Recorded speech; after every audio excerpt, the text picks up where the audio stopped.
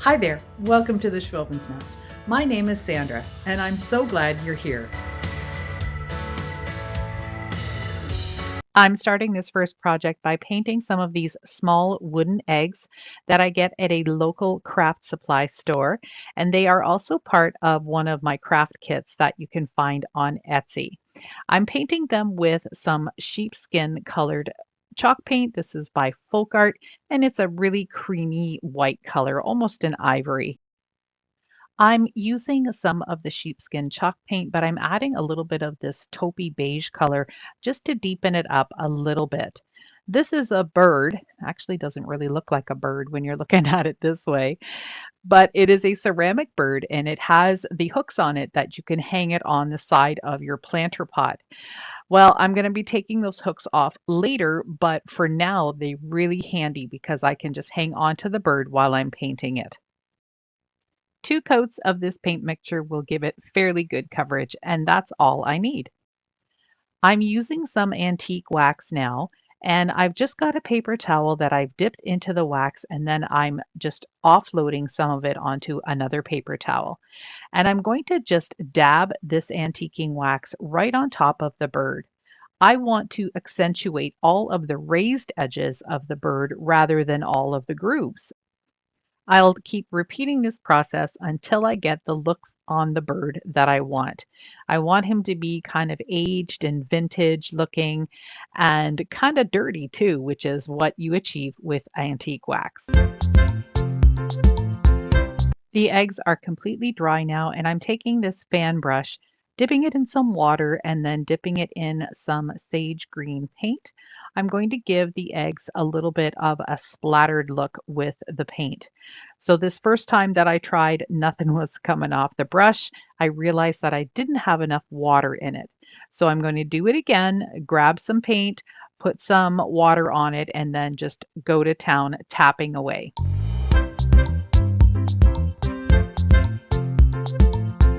The inspiration for this project came from this beautiful blue bowl. I picked it up at the thrift store. It doesn't have any nicks or scratches in it. It's not anything special. It's not vintage by any means. On the bottom, it says dishwasher, freezer, and microwave safe. So we're definitely not breaking any of the vintage rules. I've got some Spanish moss and I just put a big chunk of it right inside the bowl. To remove the hooks that were supposed to be for hanging on the pot, I'm just taking my pliers here and very gently just working that metal back and forth until it has a chance to snap. And that just prevents breaking any of the ceramic on the bird. I added a wood block to the one corner of the bowl. That's going to help support the bird so he doesn't fall in. I've placed the eggs in the nest, but I haven't used any hot glue. I'm going to try and minimize how much glue I use because I know I'm going to want to use this bowl in a different project at some point. I'm taking some of this greenery that's got sort of a dusting on it. To me, it reminds me of mini lamb's ear. And I have 2 of the natural solo wood flowers, and then I have one that's a little bit bigger that's called a skinned flower. And I'm just gluing those florals right onto the greenery stems. I'm going to place the bird on the block, and I do add a little bit of hot glue to the bottom of his tail later on, just so he's secure for the time being and doesn't fall over. I'm gluing some of the florals to the bowl, but hot glue is really forgiving on this type of material, and you can usually pop it off fairly easily. I'm going to continue adding some florals around the bird. I've got some little pink wax flowers, and I'm just going to keep adding until I think it looks good. Now, one thing that I have kind of done through my channel and on my videos is go fairly quickly through the part when I'm adding all of these florals. And I would like to pose the question to you. Let me know if you want to see me doing all of this floral arranging and how I add all the details in regular time or if you're okay with me speeding it up a little bit because otherwise my videos would be really long. So let me know what you think, if you like to see them in regular time or if the little bit faster is okay too.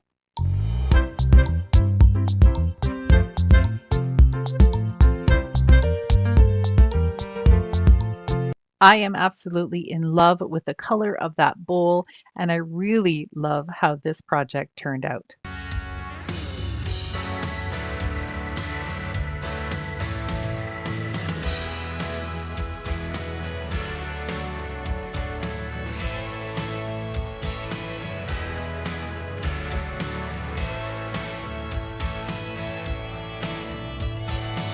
I'd like to take a quick moment to thank all of my current viewers and subscribers. I wouldn't be where I am with my channel today if it wasn't for you. If you're new to my channel and you like what you see, I'd love it if you could hit that red button too. Do you remember years ago when all of these wicker filler balls were in style? They kind of still are, but I wanted to dress mine up a little bit for spring. I've got two, they're about 4 inches in diameter. And now I'm taking some of this little greenery and some tiny little blue flowers. I actually took some larger blue flowers and trimmed them down. And I'm just going to be filling in some of the holes and cracks in the ball just to give it a beautiful springtime look. For the second ball, I decided to change up the colors a little bit, and I'm just trimming down little bits of lavender from a stem. I'm going to do the same thing with the greenery, and the greenery I'm using for this one is called Dusty Miller, and it has some sort of spiky leaves and then some little bead looking things. So I'm going to use both of those for this ball. I think these balls will look beautiful in a bowl displayed on a table or just on a pedestal. There's all sorts of ways that you could use these in your spring decor.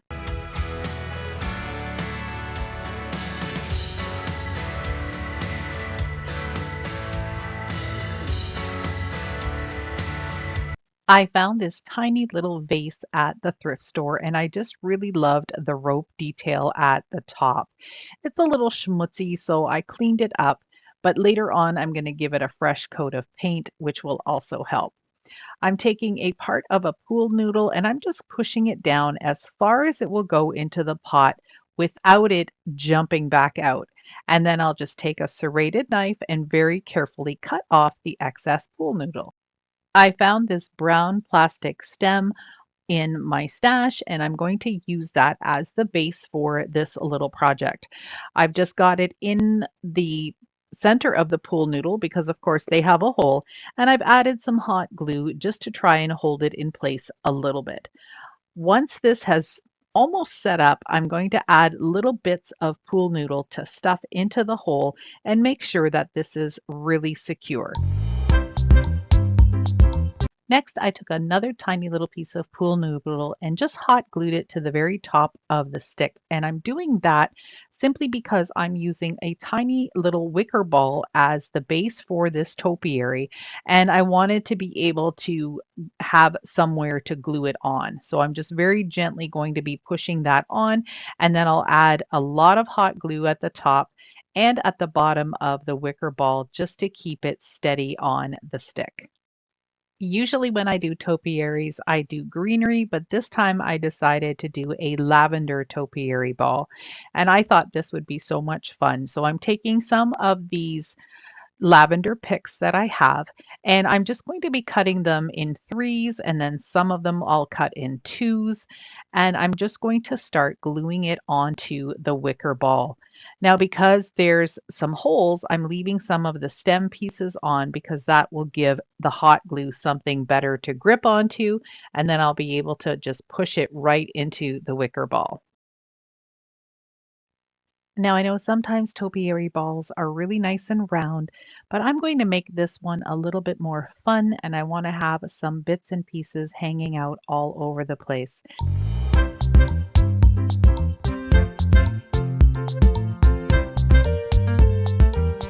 Here's what it looks like. And now I'm going to do the same thing with some of this little greenery. I'm going to trim off some of the pieces, just tiny little stems, and then I'll hot glue them all over the topiary itself just to give it a little bit more color and texture.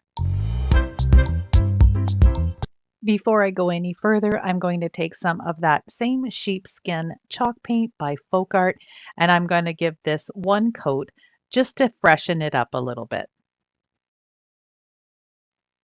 I took one of my printables and printed it off really tiny on some tissue paper, and now I'm going to cut it out really nice and close to the edges.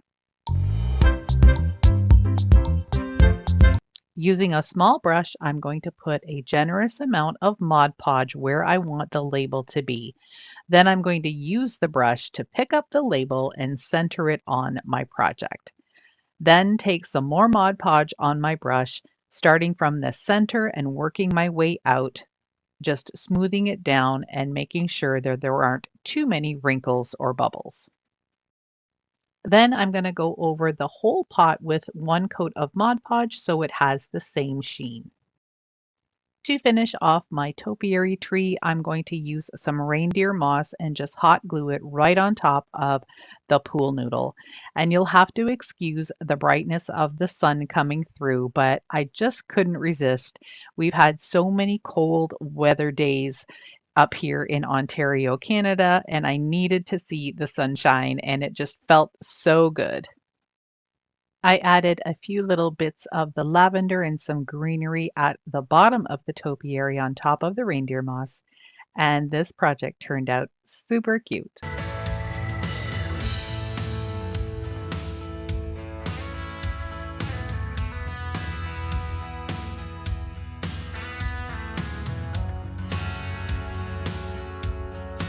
For this project, I'm starting off with this basket. I loved the shape of it. It's perfect as a basket on a table, but I think it'll be great hanging on the wall. I'm going to use this Rust-Oleum Painter's Touch 2x Ultra Cover Paint and Primer in one in a satin finish in this French blue color. I picked up this little palette sign at my local dollar store, and using my Cricut, I cut out the quote, "Spring is proof that change is beautiful." This quote will be available as a white or black vinyl decal on my Etsy shop. It will also be available as an SVG file that you can purchase and download and then use on your own Cricut machine. And the printable will be available on my Etsy shop as well.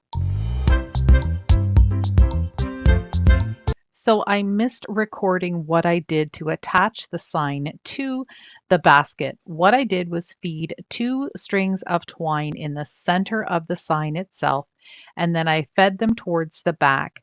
I tied them off, and then I took both of the strings and put them through the basket at the back.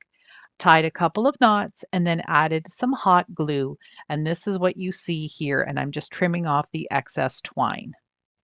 I didn't want to hot glue the sign into the basket because it probably wouldn't stay because of the weight of the wood. So I decided to just do that with the twine. And then whoever gets it can actually change things out if they wanted to. I'm adding some more of this dusty greenery. I really love the look of this, and I'm going to put it all around the sign using hot glue, mostly to glue it onto the sign itself and not the basket. I filled in some of the gaps with some more greenery, and now I'm using some of these Dollar Tree Baby's Breath, but I'm pulling the flowers right off the stems. I just want to use the flowers themselves, and I'll glue them right onto the greenery. When I do floral arranging like this, I don't like things to be totally symmetrical. I like things to be a little different and wonky. So you'll see me put some flowers in groups of 2 or 3, and then it'll be different on the other side. I threaded some natural beads onto a fairly thick wire and then made some loops down at the bottom so I would have somewhere to add the twine and be able to tie it right onto the basket. So I'm just going to use my scissors to push the twine through, and then I'll tie it off in a knot. Add a little bit of hot glue so the twine knot doesn't come undone, and then I'll repeat that process for the other side. And this will create a really pretty hanger for the basket. I'm really liking the blue on this basket. You'll have to let me know what you think.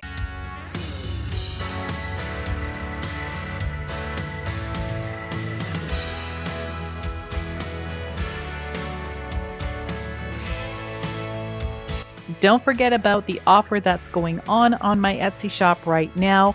If you buy 3 craft kits, you get free shipping.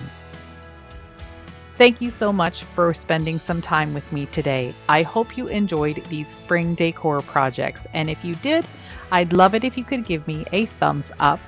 Don't forget to hit that red subscribe button and click the notification bell so you don't miss out on anything else I have to share.